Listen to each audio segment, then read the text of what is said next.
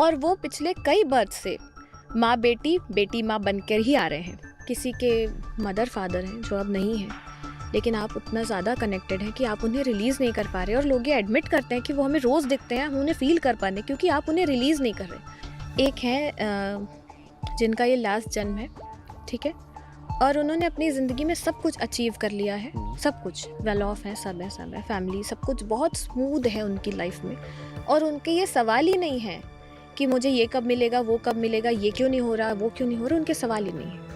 वो सिर्फ ब्लेसिंग लेने आए थे, और उसी समय एकदम से वो जहाँ सोती है उसने ज़ोर ज़ोर से पैर मारना शुरू किया। और क्योंकि मुझे ऐसी कुछ चीज़ें दिख रही थी तो मैंने अपने हस्बैंड को उठाया कि नहीं प्लीज़ आप जाके देखो, क्योंकि मेरी तो जाने की अभी हिम्मत नहीं हो रही है।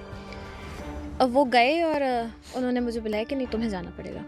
मैं ठीक है, मैं गई, मैंने उसको हाथ लगाया, पहले उसने मुझे हाथ नहीं लगाने दिया, फिर मैं उसको अपने पास लेकर बैठी और उसको अपने पास में सुलाया मैंने हाथ रख के।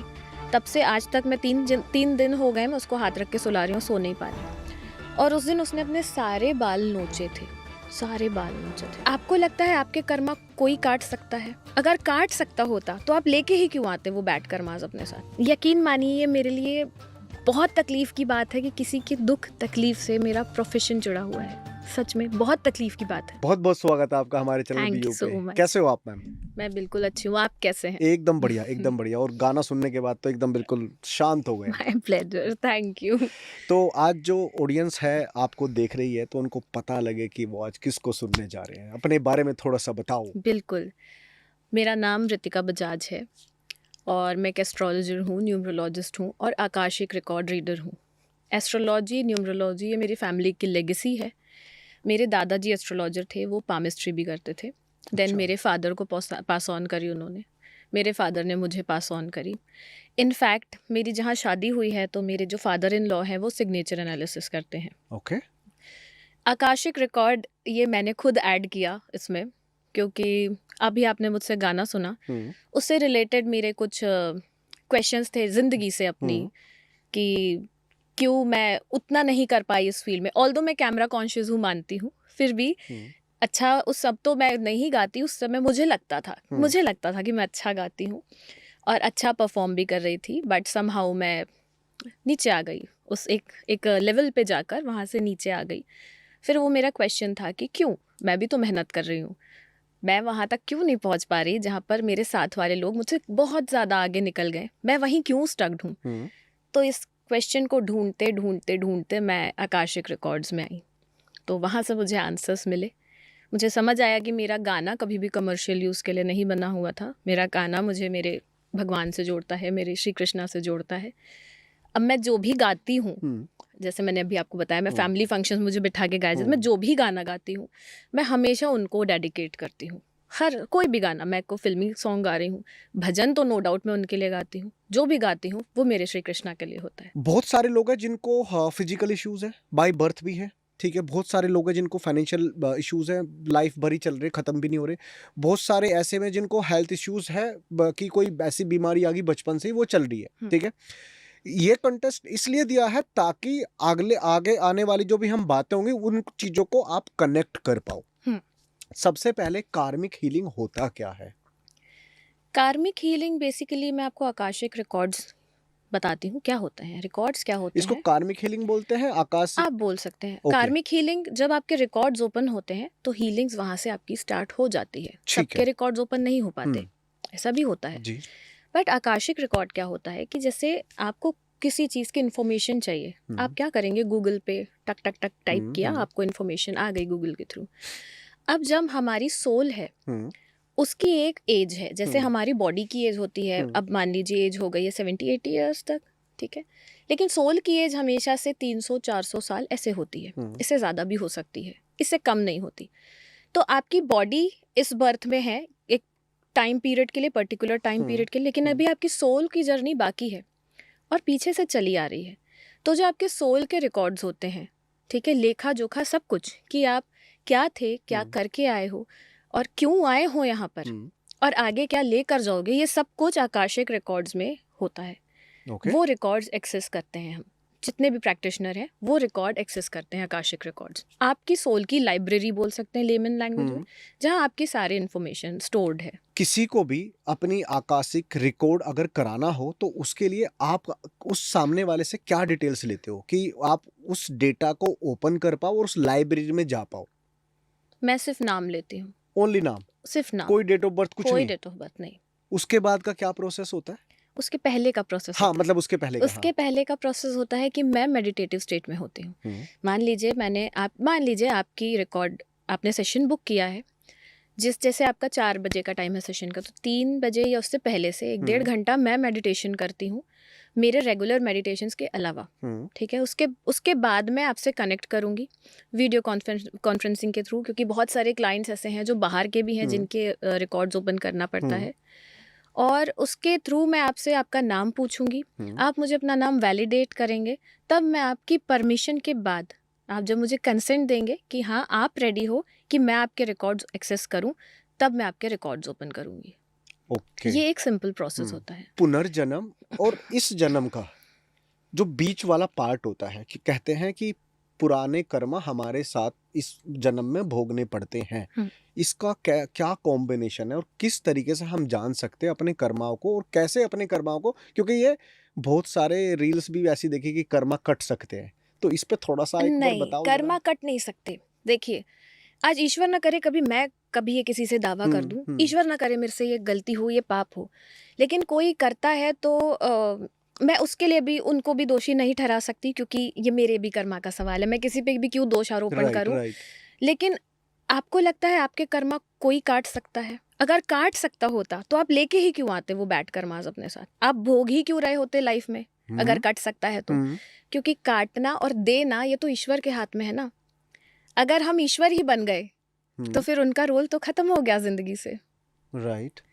कर्मा कट नहीं सकते, लेकिन अगर आप बैलेंस करते हैं अपना कर्मा, तो जो प्रॉब्लम्स आप अपनी ज़िंदगी में अभी फेस कर रहे हैं, मान लीजिए आप कहीं फाइनेंशियल स्टक्ड हैं, एक सिनेरियो है जिसमें आप स्टक्ड हैं, आप बहुत कोशिश करके भी उससे निकल नहीं पा रहे हैं, आप मेरे पास रीडिंग के लिए आए, मैं आपके रिकॉर्ड्स ओपन करूँगी। आपके रिकॉर्ड्स में जो आपके मास्टर्स होंगे, मैं सिर्फ डिलीवरी का काम करती हूँ, जो मुझे मैसेज दिया जाता है वो मैं आप तक पहुँचाती हूँ, मेरा इसमें और कोई रोल नहीं है। आपके मास्टर सबसे पहले चेंज करने को क्या बोलते हैं, मेरे अभी तक की रीडिंग का एक्सपीरियंस है कि चेंज की ज़रूरत आपके अंदर है, एक्सेप्टेंस की ज़रूरत आपके अंदर है। आज की डेट की हम बात करें, अगर हम यूथ की बात करें, तो एक्सेप्टेंस दूसरों के लिए क्या आएगी, वो खुद को ही एक्सेप्ट नहीं करते। आज हम खुद को ही एक्सेप्ट नहीं कर पा रहे हैं। आप एक सिनेरियो बताती हूँ मैं आपको कि कोई लेडी है, मान लो, ये जेंट्स के साथ नहीं होता इसलिए मैं एग्जांपल नहीं ले रही हूँ, बहुत अच्छे से किसी दिन तैयार हुए, बाहर निकले, आपको पता है कि आप बहुत अच्छे दिख रहे हो, लेकिन किसी ने आपको टोक दिया कि ये सूट नहीं करा तुम पे कलर, आपका तो मोटिवेशन गया, राइट। आपका कॉन्फिडेंस खत्म। आप अपने आप को एक्सेप्ट क्यों नहीं कर पाते? क्यों हमेशा लोगों के लिए बैठे रहते हो कि वो हमें बताएंगे कि हम अच्छे हैं या बुरे हैं?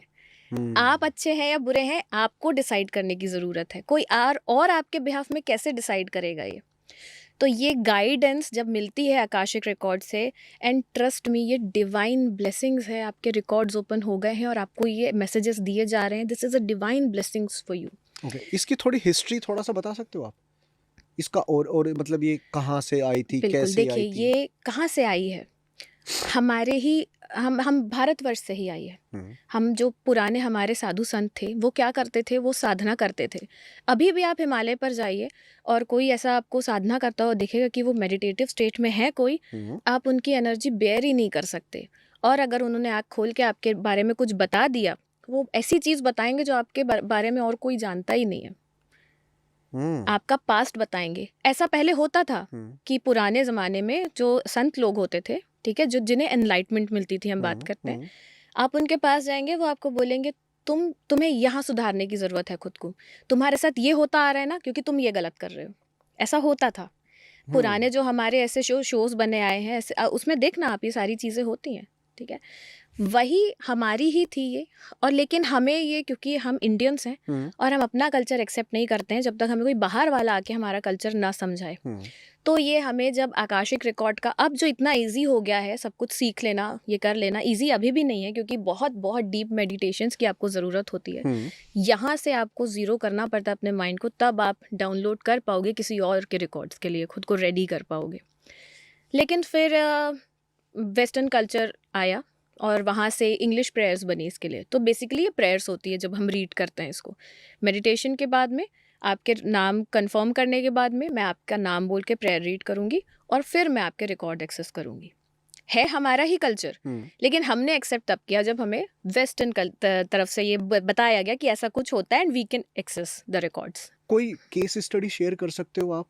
बिल्कुल, मैं आपसे केस स्टडी शेयर कर सकती हूँ। केस स्टडी पर जाने से पहले एक सिचुएशन समझिए कि जब एक बर्थ सोल का पूरा हो गया, ठीक है, अब वो फ्री है दूसरा जन्म लेने के लिए। अब जब वो ऊपर है, यूनिवर्स में है, तो उनको एक बैग दिया गया, एक बैग में कर्मा भर के दिए गए कि ये आपके बैड कर्मा, ये आपके गुड कर्मा, इन दोनों को लेकर आपको जाना है और यहाँ पर अब जो जन्म आप लेंगे, जो आप करके आए हैं उसको भोगना है। उसी के अकॉर्डिंग आपकी फैमिली होती है, उसी के अकॉर्डिंग आपकी लाइफ चलती है, आपकी जॉब, आपका करियर, आपकी शादी, आपके बच्चे। कई बार ऐसा होता है कि पिता ने बहुत अच्छा बिजनेस सेटअप किया लेकिन बच्चों ने वो बिगाड़ दिया, ठीक है। जब जैसे ही बच्चों के हाथ में वो डोर आई, बिजनेस ख़त्म हो गया और वो ज़ीरो पे आ गए। क्यों आ गए? क्योंकि ये कर्माज आप जो पास्ट लाइफ लेकर आ रहे हैं, सबके कर्म आपस में जुड़े हुए हैं, ठीक है। आप क्या हैं, जैसे अभी आप मेल है, पिछले जन्म में ज़रूरी नहीं है कि आप मेल हो, आप फीमेल भी हो सकते हैं, आप किसी और रिलीजन के भी हो सकते हैं। रिलीजन भी सेम नहीं होता, ज़रूरी नहीं आप हर जन्म में हिंदू हो, आप कभी क्रिश्चियन भी हो सकते हैं, आप कभी कुछ और भी हो सकते हैं। इनफैक्ट मैंने अपनी किसी रीडिंग में किसी को राजा भी देखा है, किंग भी देखा है। अच्छा। Yes, and this is a very beautiful scenario. मैं ज़रूर डिस्कस करूँगी इस रीडिंग का। मैं इसलिए डिस्कस कर रही हूँ क्योंकि बहुत ही प्यारी ये मेरी रीडिंग थी। और उनका सिर्फ इतना ही पार्ट मैं आपको बताऊंगी कि वो अपनी मदर से बहुत ज़्यादा कनेक्टेड है वो लड़की, और वो पिछले कई बर्थ से माँ बेटी, बेटी माँ बनकर ही आ रहे हैं। अच्छा। हाँ, ऐसा नहीं होता है जनरली, लेकिन उनके साथ ये है कि वो माँ बेटी और बेटी माँ, मतलब रोल चेंज हो जाता है, लेकिन है वो उसी रिलेशन में।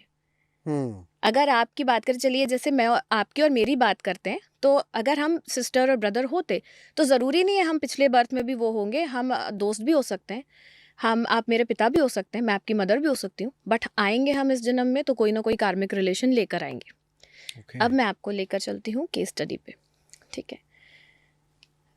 इसी बैगेज को लेकर किसी बच्चे का जन्म हुआ और किसी रेयर डिजीज़ के साथ हुआ। वो बच्चा जिसका तो अभी कर्मा बना ही नहीं, वो तो छोटा सा बच्चा है, लेकिन 10 लाख में से किसी एक को ऐसी बीमारी हो, ऐसा कोई रेयर डिजीज़ वो लेकर आया जो फैमिली को पता है, डॉक्टर्स ने बोल दिया है कि सर्वाइवल के चांस नहीं है। तो क्या है ये? क्यों उस बच्चे को ये भोगना पड़ रहा है, या क्यों उस फैमिली को ये भोगना पड़ रहा है? ये आपका आता है पास्ट लाइफ कर्मास से। अब आप उतने ही टेन्योर के लिए यहाँ पर आओगी। मान लीजिए डॉक्टर ने बोल दिया है 3 to 4 months और आप 1 साल रह गए विद दैट रेयर डिजीज़, क्योंकि उतना टेन्योर आपको इस डिजीज़ के साथ में भोगना ही था। आपके पेरेंट्स को और उस बच्चे को, छोटे से बच्चे को, ये चीज़ भोगनी ही थी। This is how Karma place, और हर समय कर्मा प्ले करता है। कोई अजीब सा या कोई ऐसा किस्सा या कोई ऐसी हीलिंग जो आपने अपने क्लाइंट की करी हो, ठीक है, जिसको आपको भी करने के बाद, बिकॉज मुझे ऐसा लगता है बिकॉज आप जब उस मेडिटेटिव स्टेट में रहते हो, आपके ऊपर भी तो बहुत प्रेशर होता होगा। बहुत प्रेशर होता है। आप मानिए कि ये जो दिस इज़ माय प्रोफेशन, और सबसे ज़्यादा दुख की बात है कि लोगों का प्रोफेशन उनकी खुशी से जुड़ा होता है। मेरा प्रोफेशन किसी के दुख से जुड़ा हुआ है, किसी की दुख से, किसी की तकलीफ से जुड़ा हुआ है, वो 1 से डेढ़ घंटा जो मेरे साथ होता है, कहीं न कहीं मैं आज जितने मेरे क्लाइंट्स हैं, मैं उनसे इतनी ज़्यादा कनेक्टेड हूँ कि वो मुझे कभी कोई ऑड सिचुएशन में मैसेज कर दे, मैं पूरी कोशिश करती हूँ कि मैं आउट ऑफ द वे जाके उनकी हेल्प करूँ या उनके मैसेज का एटलीस्ट रिप्लाई ज़रूर करूँ। और वो मुझसे हर चीज़ अपनी शेयर करते हैं, परम यू वोंट बिलीव कि हम एग्ज़ाम में अपीयर होने जा रहे हैं मैम, हम पास हो गए हैं, हम ये हो गया है। जो बड़े लोग हैं, जो बड़े क्लाइंट्स हैं, जो जैसे ये तो यूथ की बात हो गई एग्ज़ाम में, जो बड़े हैं, मुझसे काफ़ी बड़े हैं, वो तक चीज़ें शेयर करते हैं कि आपने ये बोला था और हमने किया है और इसका ये रिज़ल्ट है मैम। तो बट वो 1 से डेढ़ घंटे में जिस ट्रॉमा से आप गुज़र रहे हैं, उसी ट्रॉमा से मैं गुज़र रही हूँ और आपसे कहीं ज़्यादा वो ट्रॉमा मुझे इफ़ेक्ट कर रहा है। क्योंकि कई बार ऐसा होता है कि मुझे कुछ ऐसा दिखाया जाता है, जो आप सुनने की स्थिति में नहीं है। मैं आपको वो बोल नहीं सकती, डिलीवर नहीं कर सकती, क्योंकि ऐसा मैंने क्या हो सकता है वैसे? ऐसा कुछ भी हो सकता है, कुछ भी हो सकता है। कर्मा बहुत बुरी तरह से अपना काम करते हैं, जब आपके कर्मा ख़राब हों, बहुत बुरी तरह से काम करते हैं। मैं अपने रीडिंग्स का आपको नहीं बताऊँगी, बट अगेन मैं एक व्यापारी हैं, उनका मुझे थोड़े दिन पहले फ़ोन आया था। मैंने उनकी रीडिंग नहीं ली और वो मुझसे बात नहीं कर पा रहे थे और मेरे दिमाग में ये नोशन था कि हो सकता है नेटवर्क इशू हो, कि उनकी आवाज़ क्लियर नहीं आ रही है। मेरा सेशन था एस्ट्रोलॉजी का, मैंने उनको बोला कि मैं सर आपको कॉल बैक करती हूँ थोड़ी देर में, और मैंने उनको फिर कॉल बैक किया और उन्होंने मुझे बताया कि मैम मुझे पैरालिसिस है। तो सबसे पहले तो मैंने खुद को सॉरी बोला और उनको सॉरी बोला कि मैं गलत जज कर रही थी किसी को, कि नेटवर्क इशू तो नहीं था, I was just blaming without knowing. Blame भी नहीं कर रही थी, मैं नोशन बना रही थी। फिर मैंने उनसे पूछा कि मैं आपकी क्या मदद कर सकती हूँ, आप मुझे ये बताइए। उन्होंने मुझे बताया कि वो मेटल के व्यापारी हैं, बेसिकली गोल्ड के व्यापारी हैं, और मेटल वैसे भी सैटर्न, शनि देव को हम मेटल से जोड़ते हैं, और वो उसमें मिलावट करते थे। ठीक है, और उसका इफ़ेक्ट ये है, उन्होंने मुझे कहा कि मैं जानता हूँ कि इस वजह से है कि मेरी बॉडी पैरालाइज्ड हो गई है। मैं किसी और ने पकड़ा हुआ है, मैं आपसे स्पीकर पे बात कर रहा हूँ। आप बस ये कर दीजिए कि मेरे रिकॉर्ड्स ओपन करके और मुझे बता दीजिए कि मैं आगे क्या करूँ, कि ये यहीं छोड़कर चला जाऊँ, इसको आगे लेकर ना जाऊँ। Now being an emotional girl और being an akashic record reader, आप सोचो ये जो पूरा सीन है, ये मुझ पे कितना इफ़ेक्ट करता होगा। देन जब हम रीडिंग्स करते हैं, कई बार ऐसा होता है कि आप मेरे पास रीडिंग के लिए आए, आपके पास हो सकता है कोई और एनर्जीज़ आपके साथ कैरी हो रही हैं, जो मैं सेंस कर लेती हूँ और जो रीडिंग्स में आ जाती हैं। वो नेगेटिव एनर्जी आपके ऊपर से हील होती है, तो वो मेरे ऊपर भी तो इफ़ेक्ट करती है। तो इसका काफ़ी इफ़ेक्ट मुझ पर होता है।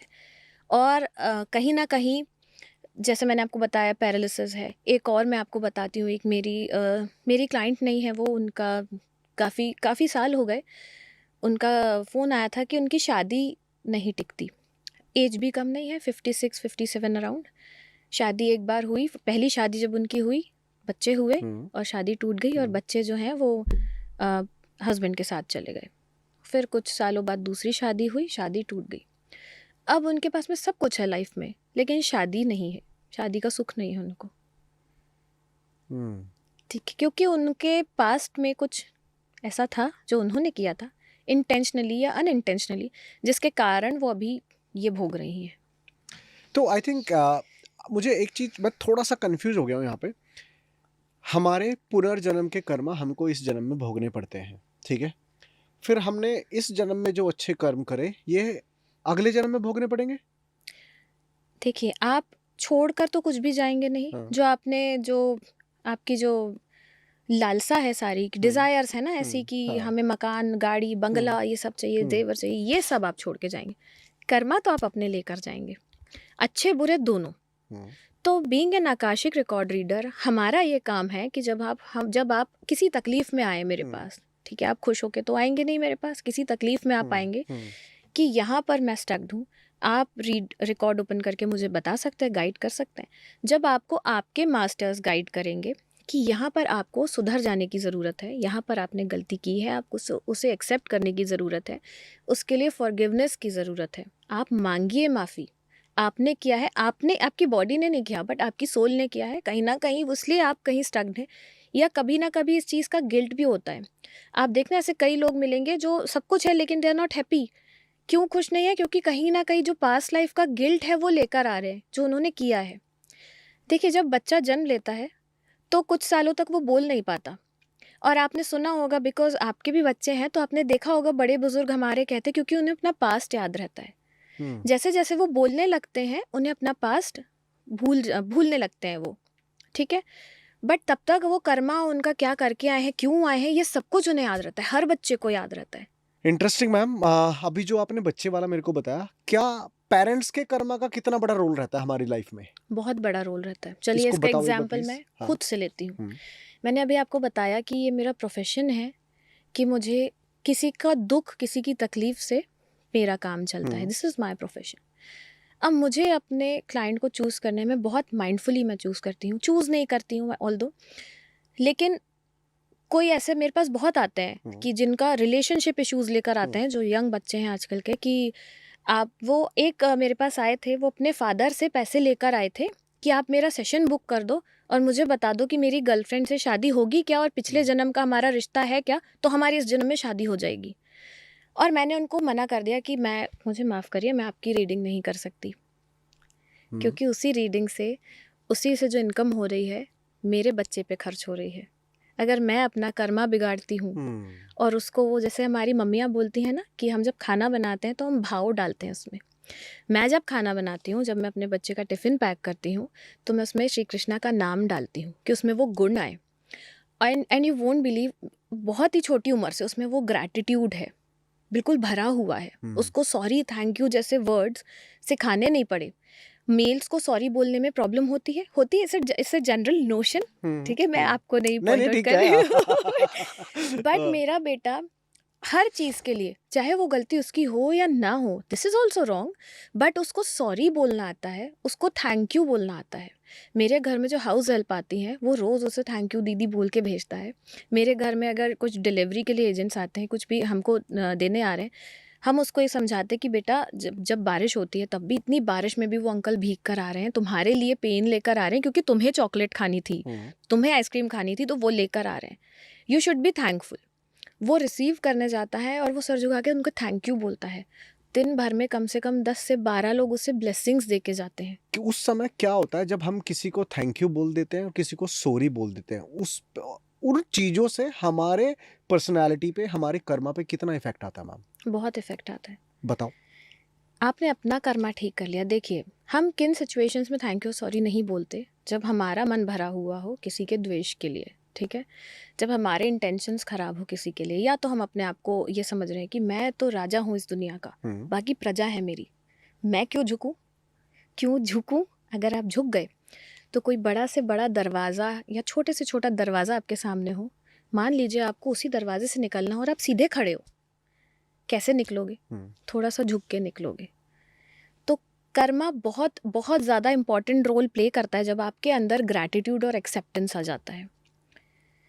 मैं हमेशा बोलती हूँ कि जिन लोगों के लिए आपके मन में ये है ना कि इन्होंने हमारे साथ अच्छा नहीं किया, जैसे अगर मैं अपनी बात करूँ, मुझे किसी का भी नाम याद नहीं आता जब मैं सोचती हूँ कि किन्ने मेरे साथ अच्छा नहीं किया, क्योंकि जब भी ऐसा कोई इंसिडेंट मेरे साथ होता है, मैं अपना मेडिटेशन में बोलती हूँ कि ठीक है, हो सकता है गलती मेरी हो, जिस वजह से उनका ये बिहेवियर हो मेरी तरफ, तो मैं अपनी तरफ से खुद को भी माफ़ करती हूँ और उनको भी माफ़ करती हूँ। और जब मैं चीज़ें लेट गो कर देती हूँ, मेरा मन शांत होता है, मेरा ऑरा पॉजिटिव रहता है, मैं नेगेटिविटी से वैसे भी बहुत दूर रहती हूँ। मेरे रिश्तेदार मुझे फ़ोन करते हैं किसी की चुगली करने के लिए, मैं फ़ोन पटक देती हूँ कि नहीं, मैं नहीं सुन सकती, आई एम सॉरी। इससे बहुत फ़र्क पड़ता है। ग्रैटिट्यूड, शुक्राना करना, जब मैं अपने एस्ट्रोलॉजिकली जब मैं अपने क्लाइंट से पूछती हूँ, स्पेशली मैं यंग जनरेशन से पूछती हूँ कि आप जब सुबह उठे क्या अच्छा हुआ आपके साथ, आप मुझे एग्जाम्पल दीजिए। कुछ कुछ तो इंसिडेंट्स आपको लगा हो कि बहुत अच्छा हुआ आज के दिन में। कुछ भी अच्छा नहीं हुआ मैम। मैंने कहा ओह आई एम सो सॉरी, सच में नहीं हुआ, फिर से याद करो। उनका नहीं मैम, कुछ अच्छा नहीं हुआ, लाइफ में बहुत परेशानी है, रुक गई है लाइफ, इसके आगे नहीं जा रही। और मैं हमेशा बोलती हूँ कि आप सुबह उठे हो, आपको एक नया दिन मिला है, आपको एक कोरा कागज़ मिला है जिसमें आप पूरी अपने आज का दिन लिख सकते हो, क्या करना है प्रोडक्टिव, आज ये आप डिसाइड कर सकते हो। तब आपको ये लग रहा है कि कुछ अच्छा नहीं मिला, आपको शुक्राना क्यों नहीं करना चाहिए ईश्वर का इसके लिए। कई करोड़ लोगों ने आज की सुबह नहीं देखी, आपको एक नया जीवन मिला है। क्यों आपके मन में ये ग्रैटिट्यूड नहीं आना चाहिए? क्यों हमेशा दूसरों को जज करने का इंटेंशन आपका होना चाहिए? उस समय पे क्या होता है जब इंसान किसी भी रूप में किसी से कोई भी घृणा करता है, हमारे कर्मा का लेखा जोखा, अभी हम उसी का वो एग्जैक्टली सेम ही डिस्कस कर रहे हैं। बट मन में घृणा पैदा करना हमारे कर्मों को कितना बुरा असर देता है। देखिए, कर्मा सिर्फ आपके एक्शंस नहीं होते, आपके इंटेंशंस भी होते हैं। जब आपके इंटेंशंस खराब होते हैं तभी तो आपके मन में घृणा आती है। अगर आपके इंटेंशंस किसी के लिए खराब ही नहीं होंगे तो किस बात की जेलसी, किस बात की घृणा आपके मन में आएगी? कभी नहीं आएगी। ओके। आप मुझसे ये सवाल भी लोग करते हैं हम्म। कि हम तो ईश्वर को जाके बोलते हैं कि हमारे शत्रुओं का नाश करना। अरे आप कौन होते हो डिसाइड करने वाले शत्रु या आपका मित्र कौन है? हम्म। ईश्वर देख रहे हैं ना, उन पे छोड़ी कुछ, सब कुछ आप थोड़ी करने आए। आप यहाँ पर सिर्फ लेने थोड़ी आए हैं कि हमारा तो भला करना, हमारे शत्रुओं का नाश करना। कुछ तो कर्म आपने भी उनके अगेंस्ट में खराब किए होंगे। हम्म। तब अगर आप उन्हें शत्रु मान रहे हैं तो वन साइडेड थोड़ी ना होगा, कुछ तो आपकी तरफ से भी गलती होगी, तब कुछ उनकी भी तरफ से गलती होगी, अगर वो भी यही माने तो ये आपकी सोच है, ये आपकी घृणा है ना, जो आपके इंटेंशंस खराब करती हैं, जो आपके कर्मा खराब करती हैं। ओके। अभी आप मेरे को अपने घर का सीन बता रहे थे कि अभी आपने एक हीलिंग करी थी एंड उस हीलिंग का इम्पैक्ट आपके डॉग पे आया था, और वो डॉग भी आपको कहीं से लाना नहीं पड़ा। हाँ, मेरा रैबिट है, मेरा हाँ। छोटा सा है अभी वो। स्ट्रेंज है ये है कि वो, उसका बर्थडे और मेरे बेटे का बर्थडे सेम डेट पे आता है। तो वो हुआ ये था कि वो किसी ने छोड़ दिया था और देन वो कई घरों में घूमा और फिर मुझे कॉल आया कि इसको या तो आप छोड़ दो कहीं ले जाके या फिर आप देख लो आपको क्या करना है। तो मैंने और मेरे हस्बैंड ने बोला कि नहीं नहीं, ऐसा छोटा सा बच्चा है, वो कुछ दिन का, 10-12 दिन का था, आंखें भी खुली नहीं थी उसकी। मैंने कहा नहीं, हम ले आएंगे, हम पाल लेंगे। तो अब रैबिट थोड़ा सा वैसे भी ना बहुत सेंसिटिव जानवर होता है, बहुत ही छोटा सा प्यारा सा, handle with care type of. तो मुझे डर लग रहा था कि मेरा बेटा भी बहुत उत्पाती है, वैसे बहुत मस्ती करता है, वो कैसे हैंडल करेंगे। बट वो, उसको आना था हमारे जीवन में, उसने हमें चूज़ किया। एक्चुअली वी आर ब्लेस्ड कि उसने हमें चूज़ किया एज अ पेट पेरेंट। और मेरे बच्चे ने उसको बहुत प्यार से, अब वो हमें कुछ भी नोचती वोचती है, गुस्से में जो भी करती है, सारा गुस्सा दिखाती है, मुझे स्पेशली दिखाती है। बट मेरा बच्चा कुछ भी करे उसके साथ में, वो उसको बिल्कुल हार्म नहीं करती, बिल्कुल हार्म नहीं करेगी।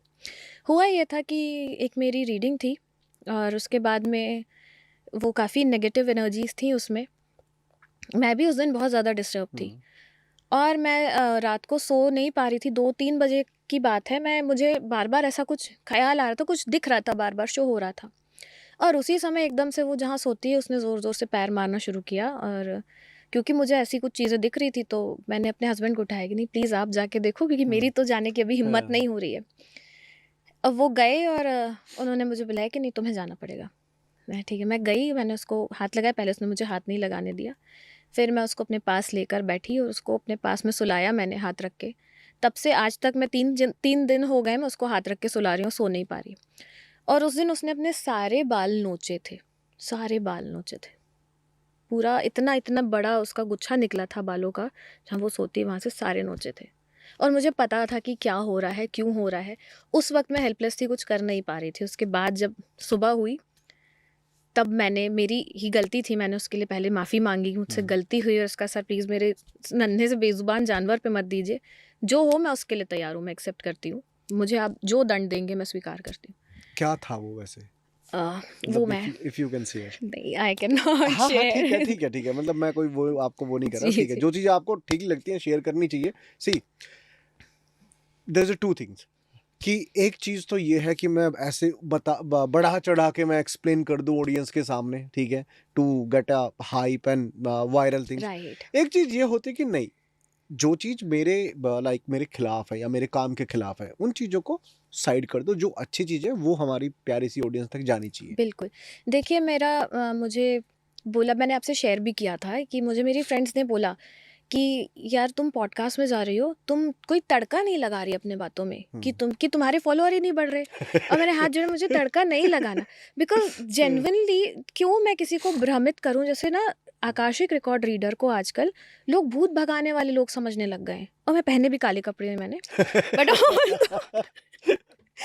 बट ये सच है। मुझसे लोग डीएम करते हैं कि हमारी दादी को बुला दो और हमारे घर में हमें भूत दिख। भाई आप मुझे नहीं पता कि कोई कैसे आप फील कर सकते हो, बट आप देख नहीं सकते, आप देखना मतलब आप उस एनर्जी को झेल ही नहीं सकते कि आपके सामने कुछ आ जाए। मैं नहीं झेल सकती।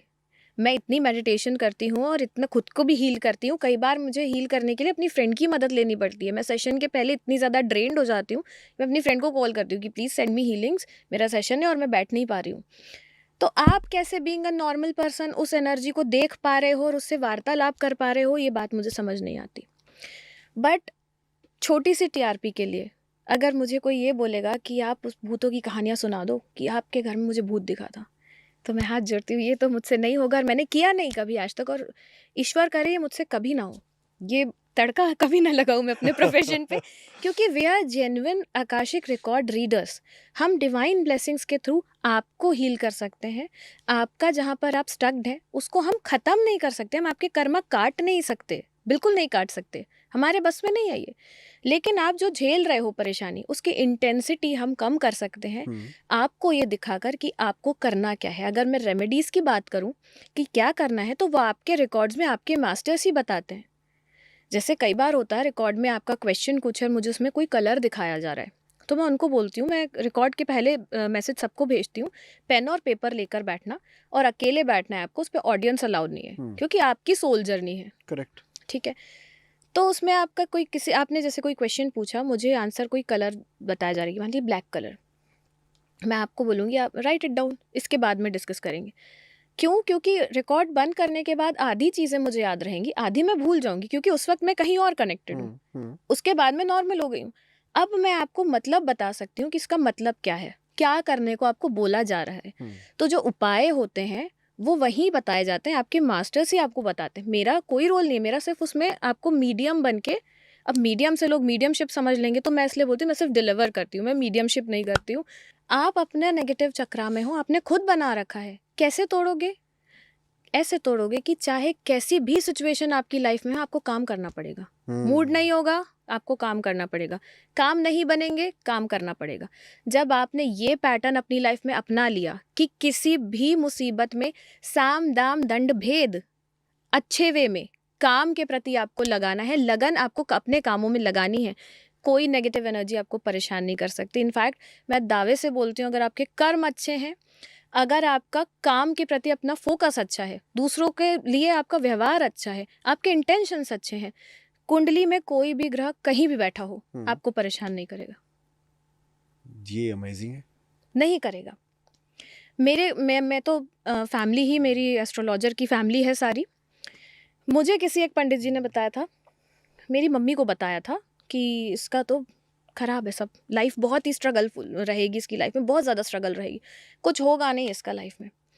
अच्छा, होता क्या है कि जब आपको कोई ऐसी चीज़ बता देता है तो आप कुछ भी कर रहे हो, लेकिन आपके दिमाग में ना वो बात बैठ गई, फिर आप कुछ भी कहीं भी थोड़ा सा भी फेल होते हो तो आपको लगता है बोला था होगा नहीं, तो होना तो है नहीं, तो क्या मतलब है आगे करके। मैं बोलती हूँ जहाँ पर आपको लगता है ना कि बस अब हो गया, उसके थोड़े से आगे जाकर ही आपकी मंजिल है। जहाँ आपको ये लगे कि अब मुझसे नहीं हो रहा, थोड़ा आगे अपने आप को पुश करो, वहीं तक जाना है, बस उतना ही आगे पुश करना है और आपको आपकी मंजिल मिल जाएगी। और ये चीज़ मैंने इसलिए फील की, मेरे पापा ने मना कर दिया था कि ये सारी चीज़ें उस तक मत जाने देना, कि उसका लाइफ में कुछ नहीं होगा, ये सब नहीं बताना उसको। ठीक है, वो तो खुद भी कुंडली देखते हैं, तो क्या ज़रूरत है किसी चीज़ को, किसी को भी नेगेटिव बताने का। टचवुड आज तक मैंने किसी को, ग्रह कुछ भी चल रहे हो, मैंने कभी नहीं बोला कि यार तुम्हारा कुछ नहीं हो सकता, क्योंकि मुझे पता है हर कोई अपनी एक सुपर पावर्स लेकर आया है, हर ह्यूमन अपने आप में यूनिक है। आपको मैं वो सुपर पावर्स ही आपकी बताऊंगी कि आप इस फील्ड में नहीं कर सकते ना, तो ये 5 फील्ड आपके लिए है, 5 में से किसी में भी करो आप, आपकी सक्सेस लिखी हुई है, मिलेगी आपको। और जब मैं म्यूजिक करियर में अपने फेल हुई, ये बात मेरे दिमाग पे हावी हो गई थी कि मेरा तो कुछ नहीं हो सकता। आपके जैसे ना बहुत सारे लोग होंगे ऐसे, बिल्कुल, जो लाइफ से ना हार थक जाते हैं कि भाई अब तो हमारा कुछ नहीं हो सकता। बिल्कुल। अच्छा, मुझे एक चीज और बताओ कि क्यों जानना जरूरी है पास्ट कर्मा? देखिए, सबको जानना जरूरी नहीं है, सबके रिकॉर्ड्स ओपन होते भी नहीं है। ऐसा क्यों? रिकॉर्ड्स आपके मास्टर्स हैं, वो आप ही के मास्टर्स हैं, आप ही के एंसेस्टर्स हैं, आप ही के लव्ड वंस हैं, जो जिनके पास आपका रिकॉर्ड्स है। ठीक है, ओके। अगर आपके दिमाग में आएगा भी नहीं, अगर आपके रिकॉर्ड ओपन होने का टाइम नहीं है, तो आपके दिमाग में आएगा ही नहीं कि आपको रिकॉर्ड ओपन कराने चाहिए। अच्छा, ऐसा भी होता है? बिल्कुल होता है, ऐसा भी होता ओके। है। लेकिन अगर आपके रिकॉर्ड ओपन हो रहे हैं तो मतलब किसी बड़ी समस्या में आप हैं, उसका हल हल मतलब रिकॉर्ड्स बेसिकली हम सोल के रिकॉर्ड्स ओपन क्यों करते हैं? कर्मा जानने के लिए कि क्या करके आए हैं, क्या गिल्ट हमारे अंदर है, क्यों स्टक्ड है, ठीक है? तब वो आपको वे आउट बताएंगे कि आपको ये करने की ज़रूरत है, यहाँ माफ़ी मांगने की ज़रूरत है, यहाँ खुद को सरेंडर करने की ज़रूरत है और खुद को एक्सेप्ट करने की ज़रूरत है। तो जो आप डील कर रहे हैं जिन समस्या से, वो आपको समस्या लगेगी ही नहीं। मैंने अपनी लाइफ चेंज करी है थ्रू माय रिकॉर्ड्स, पूरा चेंज किया मैंने अपने आप को। मेरी कुंडली मंगल वाली है, तो मंगल का असर मेरे पे बहुत ज़्यादा था, मुझे बहुत गुस्सा आता था। अभी मैं आपसे ऑन कैमरा पता नहीं अभी 45 मिनट्स हो गया होगा, उसके पहले मेरी आपसे काफ़ी देर बात हुई है। क्या आपको लगा कि मुझे कभी गुस्सा आता होगा? नहीं, मेरे को तो भोली सी लग रही थी। मैं कहा हमारी बहन भोली जैसी है बिल्कुल। हाँ, गुस्से वाली तो मेरे को नहीं लगी। तो जब मैं इस फील्ड में आई और मेरा एकदम से नेचर बदला, मैंने मेरे रिकॉर्ड्स की मदद से उन्होंने मुझे गाइड किया कि क्या करने की ज़रूरत है तुमको अपनी लाइफ में। अब मैं अपने रिकॉर्ड्स हफ्ते में एक बार ज़रूर खोलती हूँ, एक्सेस करती हूँ। कुछ नहीं होता तो मैं जाकर वहाँ पर बैठती हूँ, बस माफ़ी मांगती हूँ हर चीज़ के लिए, क्योंकि मैं लोगों की दुख तकलीफ से गुजरती हूँ उनके साथ, तो मेरा माफ़ी मांगना बहुत ज़्यादा ज़रूरी है। इसलिए मैं उनसे जाकर माफ़ी मांगती हूँ कि मुझे क्षमा करना ईश्वर, अगर मुझसे कोई भूल चूक हुई हो, किसी के लिए अगर मैंने कभी कोई अपशब्द बोला हो या मुझे बोलना पड़ रहा हो देखकर, तो उसके लिए आप मुझे माफ़ करिए। और बहुत स्मूथ टचवुड कान्हा की मदद से बहुत स्मूथ मेरी लाइफ चलती है। मुझे ना दिमाग में टेंशन होती है, आज की नहीं, कल की नहीं, मुझे कोई टेंशन नहीं है अपनी लाइफ में। मैं लेती ही नहीं हूँ, पहली चीज़ तो मुझे लेती नहीं हूँ। मेरे दुनिया की रिश्तेदार, टेंशन झेल रहे हो, हाँ अपनी कहाँ ही लोगे लोगे नहीं आप। मेरे रिश्तेदार मेरी मम्मा को फ़ोन करके बोलते कि इसको क्या हो गया, ये तो बिल्कुल ही चेंज हो गई, इसे गुस्सा नहीं आता। मैं नहीं आता, पर नहीं आता क्या करूँ, मुझे मेरे बेटे पे गुस्सा नहीं आता, मुझे किसी पे गुस्सा नहीं आता, ऐसा ही है। अंतरात्मा ना आपकी बिल्कुल एकदम ऐसे समुंदर बन चुकी है, मुझे लग रहा है। नहीं, हाँ। क्योंकि जब तक मैं खुद को बैलेंस नहीं करूँगी, जब तक मैं अपना दिमाग ज़ीरो नहीं करूँगी, तब तक मैं किसी और के रिकॉर्ड्स एक्सेस नहीं कर पाऊँगी। इस वजह से मैं दिन में सिर्फ एक सेशन लेती हूँ आकाशिक का, सिर्फ एक सेशन, क्योंकि उसमें मेरी पूरी एनर्जी लगती है, उस सेशन में पूरी एनर्जी। दूसरा सेशन अगर मैंने ले लिया, मुझे क्या मिलेगा बदले में? मेरी तो इनकम होगी, लेकिन जस्टिफाई कैसे कर पाऊंगी? और अगर मैंने इनकम की लालच में अपने कर्मा खराब किए, तो मुंह तो मुझे भी वहीं दिखाना है जहाँ सबको दिखाना है। क्या मुंह दिखाऊंगी? एक सवाल मेरे को हो रहा है, जी, जितनी भी हमारी सोल होती है, ये सारी पुरानी होती है या नई भी कोई होती है? नहीं, ऐसा ज़रूरी नहीं है। ओके। अगर आपका सोल का लाइफ स्पैन ख़त्म हो गया, हाँ। तो फिर वो रीबर्थ करेगी, फिर वो किस योनि में करेगी, ये अब तो डिसाइड ईश्वर करते हैं। बट ज़रूरी नहीं है कि सारी पुरानी, हो सकता है किसी का ये लास्ट बर्थ हो, ऐसा भी हो सकता है। ओके। कहा जाता है कि अगर आपके कर्म अच्छे नहीं है, ठीक है, तो कर्म के हिसाब से आपको डिपेंड करता है कि आपका अगला जन्म किस योनि में होगा, ठीक है। कोई ऐसा भी केस आपके पास आया जो मतलब पुनर्जन्म में भी मनुष्य था, इस जन्म में भी मनुष्य है? जब तक आप अपने कर्मा झेल नहीं लेते और वो बैगेज खाली नहीं कर देते, आपका यही जन्म होगा, इसी योनि में होगा। ओके। कोई ऐसे केसेस आए हैं आपके पास में? नहीं, अच्छा, ऐसे नहीं। लेकिन ऐसा केस आया है जिनका लास्ट जन्म है और उनके ये सवाल ही नहीं होते बताओ इसको थोड़ा सा एक बार। एक है जिनका ये लास्ट जन्म है, ठीक है, और उन्होंने अपनी ज़िंदगी में सब कुछ अचीव कर लिया है, सब कुछ वेल ऑफ है, सब है, फैमिली, सब कुछ बहुत स्मूथ है उनकी लाइफ में, और उनके ये सवाल ही नहीं है कि मुझे ये कब मिलेगा, वो कब मिलेगा, ये क्यों नहीं हो रहा, वो क्यों नहीं हो रहा, उनके सवाल ही नहीं है। वो सिर्फ ब्लेसिंग लेने आए थे, क्योंकि जब आप अपनी लाइफ में सब कुछ अचीव कर लेते हो, तब वो लेवल आता है कि अब मोक्ष का टाइम आ गया, तब आपको मोक्ष मिलता है। मैं हमेशा बोलती हूँ कि एक पिरामिड होता है, ठीक है, जैसे हम फर्स्ट क्लास के बाद हमेशा सेकेंड ही तो क्लास पढ़ेंगे, 12th में थोड़ी चले जाएंगे। तो हम जब बड़े होंगे, पढ़ाई के बाद हमें जॉब ही तो चाहिए, इनकम चाहिए, इनकम के बाद हमें शादी करनी है, शादी के बाद हमें लग्जरी चाहिए, बच्चे चाहिए, उसके बाद अब हमारे ड्रीम्स बड़े हो गए, हमें घूमना फिरना है, हमें अपना बंगला बनाना है, उस छोटे से मकान को बंगला बनाना है, ठीक है, फिर हमें मर्सिडीज़ चाहिए, और पता नहीं, इतने ब्रांड्स भी नहीं पता मुझे गाड़ियों के, क्योंकि मुझे शौक नहीं है, बट ये सब कुछ चाहिए। जब ये सब कुछ मिल गया, तब आप जाकर शांत हो गए कि अब क्या, तब आपका ध्यान लगता है ईश्वर से, चलो मोक्ष के द्वार पे। चलो मोक्ष के द्वार पे। बट ऐसा इस हीलिंग के थ्रू हम ऐसा भी जान सकते हैं कि आपका कौन सा जन्म है, मतलब क्या यही अंतिम जन्म है? हाँ, ये जान सकते हैं। अरे कई बाप बार रे! ये भी बता दिया जाता है कि ये कौन सा जन्म है। कई बार नहीं, जनरली बहुत ज़्यादा ऐसा नहीं होता है कि हर रीडिंग में आपको ये बताया जाए कि आपका कौन सा जन्म है। लेकिन अगर ये लास्ट जन्म है तो वो हम सेंस कर भी पाते हैं और हमें बताया भी जाता है। और उनके सवाल ही ऐसे होते नहीं है, नॉर्मल जैसे लोगों के सवाल होते हैं, उनके सवाल होते ही नहीं है। उन्हें चाहिए ही नहीं कुछ लाइफ से, सब है उनके पास ऑलरेडी, उन्होंने सब गेन कर लिया। और जब तक आप ये गेन करोगे नहीं, तब तक आपका मन इन्हीं चीज़ों में उलझा रहेगा, वहाँ मन लगेगा ही नहीं। ये सच है, लोग एक्सेप्ट नहीं करते कि नहीं नहीं हम तो ईश्वर को बहुत याद करते हैं। आप ईश्वर को याद करते हैं अपने दुख में। कितने लोग हैं जो अपने सुख के लिए उनको थैंक यू बोलने जाते हैं कि ईश्वर तुमने ये दिया, उसके लिए थैंक यू।